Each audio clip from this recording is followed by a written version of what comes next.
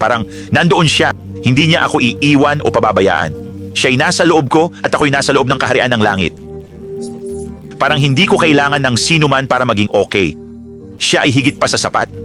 Hindi ko ito kayang ilarawan. Alam mo, sinusubukan ko lang gamitin ang pinakamainam na salita para ilarawan ang pagsama sa kanya. Ramdam ko ang kanyang pag-ibig na dumadaloy sa akin 24/7 ngayon. Hindi palaging ganito, mga kapatid.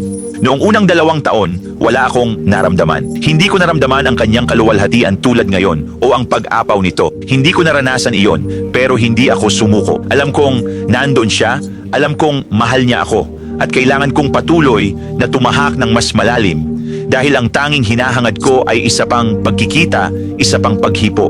Gusto kong makita ang kanyang mukha. Gusto kong makilala ang Diyos na namatay para sa akin, na nagsugo ng anak para bigyan ako ng bagong buhay sa kanya at tubusin ako at inalis ang lahat ng kasalanan ko at ginawa akong perpekto, banal, matuwid at walang kapintasan tulad ng sinasabi ng aklat ng Kolosas dahil sa dugo ni Jesus.